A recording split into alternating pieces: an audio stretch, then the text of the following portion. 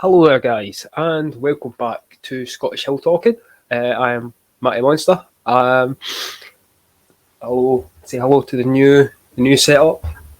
If you're watching on YouTube, it's quite bitching, isn't it? Language. Repainted my new room. We moved the rooms around a couple of months ago, and that's why I've not been uploading as much. Well, it's one of the reasons why I've not been uploading as much. One of the other reasons, obviously, is why we are here today to talk about the Kilt Walk. So, as you all know, last year I did the full Might Stride Kilt Walk from Glasgow Green to Balloch in Loch Lomond with my good pal Alan from the Cub section at First Gourock. This year, last year we did it for CHAS, the Children's Hospices Across Scotland charity, and I think we raised £400, give or take. This year, Douglas, Kieran, Chris and myself from H South, we're all auxiliary nurses, we're all band 3s, all working for the NHS, so, you clapped for us. Thanks for that. Chris, Douglas, Kieran and I all decided, since we do a wee walking group amongst ourselves, because none of us are really big drinkers. I think Kieran's the only one out of all that actually goes out for a drink. I have been dry full year now, actually. I do have the odd occasional one that's like Christmas and whatnot, but this time round I've just avoided it altogether. It's just for my own sort of health and benefit, really. I don't really drink anymore, so instead of going on nights out with the guys, we decide to go on like walks, like nature walks and stuff like that. So that's how they've been coming on some of the most recent Scottish Hill Talking podcast talks that we've been doing. The boys are honorary members of the Hill Talkers. This year I asked if the guys would fancy coming and doing the Kilt Walk with me, since it was such a great experience last year. We had some cracking weather last year. There was lots of people out enjoying the sun in a kilt, which is, the best way to enjoy the sun. There was a great atmosphere and whatnot. Not that there wasn't this year. The weather was a bit Scottish. Oh, it's good Scottish weather, madam. The rain is falling straight down. Oh, slightly to the side. But aye, it was a bit dreich, but we still had a good time. We managed it. Was a lot sorer this time, I'll admit, and I think that is purely down to I didn't actually do a lot of training for this one at all. It's just my own mistake. Excuse me if I sound a bit sniffly. I have had not the flu or COVID. I say a cold, man flu probably. For the last couple of days. So I've been laid up in bed. That's why I've not had a chance to record this. This is currently the 8th of May and the Kilt Walk was a week and a day ago. But at the time of recording, this is probably the best I'm going to feel, and I'm going to break one of my rules or one of my New Year's resolutions on camera here, but I have had to do this because I really need a lot of energy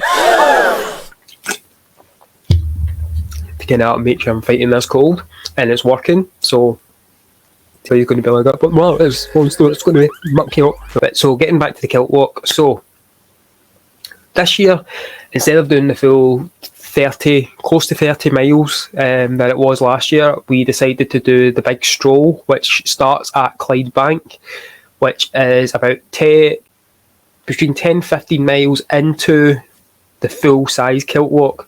When we turned up to Clydebank last year, if you'd seen any of the photos that I'd posted, there was a lot of photos of me with like a guy dressed as a Mandalorian and stuff like that. That's round about where Clydebank Shopping Centre was.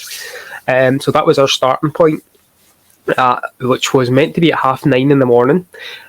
We turned up about 8:30, thinking the traffic was going to be a bit worse than it was, and it actually wasn't too bad. Got there, got some photos by Douglas's friend that dropped us off. I can't remember his name, sorry, but he's donated a wee bit of money to us as well, so thank you, pal. I'll need to find get Douglas or get Nathan. Put his name here for me. Yeah. Oh, God. I'm all over the place. Sorry. Yeah. So we started in Clydebank. It was rather rainy to start off with. I did the usual joke of 2 seconds after we started asking if we got there. Nobody laughed. Oh, brother, this guy stinks! I was gutted. We also got our, along the way, just like last year, there was a lot of pit stops where there was shops like Lidl and other charities who were giving out like freebies to make sure you had snacks and water and whatnot. This is why I told the guys, don't pack heavy because you'll be able to pick stuff up along the way, and it means you're not carrying a whole load. Because that was one of the mistakes I made last year. I packed a lot of stuff that I didn't actually need. I was just kind of thinking in the scout mindset of being prepared. Which I did wear my necky, by the way. I know it's up there. That is not just a display necky, that is my actual necky with the Rebel logo on it. And this whole thing was built by me to display my neckies and my medals, which this one will be joining after I'm finished recording this video. Buds and necky is at the very top because it's the easiest place to get it off from.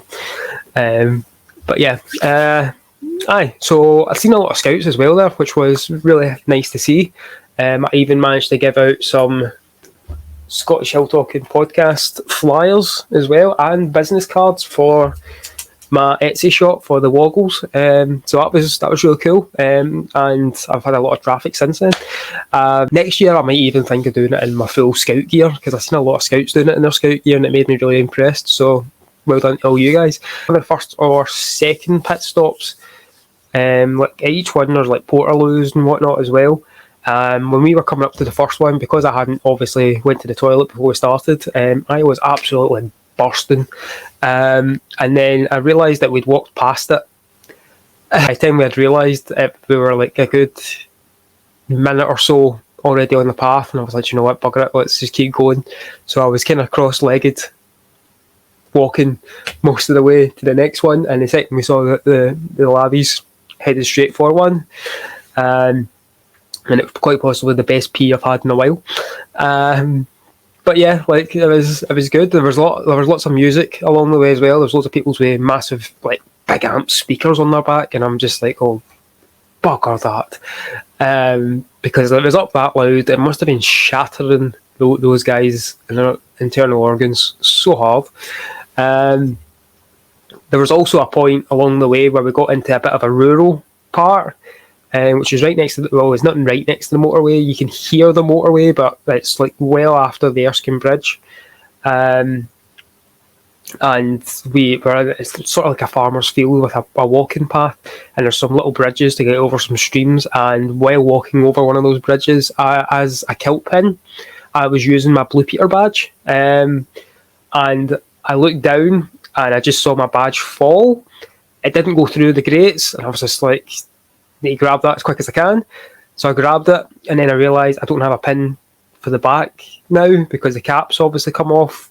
So I was lucky enough on my bag, I did have another sort of pin. It was a Stan Lee one, so I used that and just put my badge back on and just kept making sure it was tight every 10 minutes. Not going to lie, my heart was in my arse. For gosh sake, watch your language. I seen that Blue Peter badge fall because I was like, there's no way I'm losing that, but there's also no way I am going to be able to bounce down there and get back up because my legs were absolutely killing me. I was around about the halfway mark that my calves were absolutely screaming. I think it's my own fault because I was wearing my kilt socks. My kilt socks were actually quite comfy. Like, they were a wee bit itchy, but apart from that, they were actually quite comfy. I still came away from this Kilt Walk with no blisters again, which, you know, I must be doing something right. I did Vaseline my feet up before I left, and I followed like all the sort of usual tips that most of the walkers kind of give you. I was wearing my kilt socks with the gaiters, not the gaiters, I can't remember what you call them. It's a wee tabs for. I'll show you. So these ones, but green. Right. Someone in the comments is going to give me the actual answer and I'm going to hit myself. But I was wearing those. I also wore my sporran this time as well because, you know, last year I felt a bit disappointed in myself that I didn't wear my sporran. I wore it to the side like a drummer or a piper, and actually didn't notice it was there most of the time. It was brilliant. That's where I kept my flyers, my business cards. It was magic. To be honest, we didn't stay at many of the pit stops this time. We made a really good time. I think we were there in under, I think it was 4.5 hours, give or take, 4:45. It's on Strava if you want to check, which I will leave the link in the description below. I'll leave a lot of other links, but I'll leave that to the end as to who I'm leaving for. So I'm at 4 hours 30, 4 hours 45 in that sort of area, which is a really good time, considering last year with an added on 15 miles, it took us an extra 3 hours at least. And this time round as well, one of my kind of grievances with last year was, not that there was many, was when we turned up, the Red Hot Chili Peppers were playing their last set and we caught the last song and that was it, and I was raging. So we turned up and the Papers were going to be on all day, like routinely, like every hour or so. So I caught a good couple of shows with Kieran, because Chris and Douglas, they left because Douglas's family showed up. It was really nice to meet Douglas's family as well. Got to meet the kids and his wife. They headed off and me and Kieran hung around for an extra wee hour while we waited on Kieran's missus coming to get him, and then I headed back into Glasgow and then headed home. But it was a cracking day. I went to McDonald's on the way home. It was magic. I was going to nip into Forbidden Planet, but it was nearly 5 o'clock and they shut at 5 o'clock, and I didn't want to be that customer that shows up, you know, all fancy dressed and all that, just asking for comics. So I waited. So emotion wise, main emotion I felt that day was pain, but overwhelmingly, like, seeing the finish line actually nearly brought me to tears. Like, and not because, like, thank fuck Steve, you said a bad language word. This is over. It was more, I've raised a lot of money for this charity. The charity being, by the way, is Aid for Education. So that's Douglas's charity, Douglas that I work with, and Douglas that I did the Kilt Walk with. He is a former resident of Rwanda. He now works over here as an auxiliary nurse, and he's fantastic. He's helped me learn a lot of stuff in my role as being an auxiliary, and is constantly teaching me new stuff, as well as I am also trying to help him with, like, his side of learning our side of culture as well, because he'd never really understood the kilt sort of idea. So this was his first time wearing a kilt. There was a couple of times we had to make sure he was pulling it up properly, but like he did magic. He looks cracking in it as well. It was really good to have the three of us matching in the same tartan as well. Chris didn't have a kilt on, but no shame to him, he still managed to walk. That's all asked. That was brilliant. Together, currently on Just Giving, we have raised £908, which is fantastic. Like, honestly, and with the Sir Tom Hunter, who is the gent who originally organised all these walks, every pound that we make, he tops up with 50 pence. So rough estimation is we'll get an extra at least £450, give or take, on top of that 908. Nearly, it's just shy of £1,400 we're sending to Rwanda, and it will go, like, it's not like the usual charities where it will go through so many bodies before it gets to the people. That money goes directly to the people, and it goes into education, into farm education, into tools and, like, stuff like clothes, necessities for the children to survive, and the families to survive, which is why I'm in this job, like, survival, you know. It's why I'm in the Scouts, like, teaching young ones how to get skills to survive in the wild, and in life. But yeah, it was really emotional coming along the finish line, and grabbing my brand new Kilt Walk medal. This is my second one. Definitely going to be doing it again next year. I don't know what charity I do it for this year. Next year, I might even do it again for Aid for Education, or I might do it for something different. You never know. But also, before I forget, a massive thank you to Stevie. Sorry, that was a close one. Massive thank you to Stevie at Tig Tag Tees, who designed and printed the t-shirts. Check the armband. That logo was designed by Stevie as well, and myself, but mostly Stevie because he did most of the work. All I did was kind of bark orders, and he also did the backs as well. So the QR code on the back, I don't know, I don't think the fundraiser will still be open if you're listening to this, but the QR code on our backs was for anybody who wanted to donate on the day. They could just scan, they could even scan it from a distance if they were just curious as to wonder where that QR code goes. This one over here, under the Tig Tag Tees, takes you straight to Stevie's website. I will also leave the link down below if you can't catch it through the screen. Massive thank you to Stevie and Geraldine for all your support and all my Scottish Hill talking stuff, as well as the Kilt Walk stuff that we did as well. You guys are awesome, and please go check them out if you've ever got any t-shirt ideas, hoodie ideas, even general wanting to come up with a logo. Stevie is a great guy to talk to. He helped me come up with that. Sorry, this. I need to find a name of him. If I had any questions, I could ask, because originally it looked a lot different from my little sketch that I do, because I can do sketchy art, but I can't do digital art because I am hopeless. I'm such a Luddite. But all I asked him was give him the information of what I wanted. We had just basically had a wee talk. He came back to me maybe a couple of hours later and I got, right, this is my idea. What do you think? And then I was like, I like it, but like, could we reshape it? And I was like, well, could we change the head? Can we even put a wee necky on him? And could we put it in my colours? And he managed to do it, and he's managed to do it absolutely expertly. I've been using it on my business cards, I've been using it on my flyers. I'm getting his work out there, and hopefully bringing him a wee bit of business as well. So as a thank you, Stevie, you are going to be like my unofficial sponsor for a wee while, because I will be punting your stuff out everywhere, mate. So thanks a lot. Lastly, wee mental health update. So for a while now, I've known that, well, I've kind of suspected that I have been suffering from a lot of ADHD tendencies. I've never been officially diagnosed with ADHD or anything along those lines, purely because I don't know if I've ever actually went for the tests for any of them. But I know that my little sister, Moss, they are getting tested for autism right now.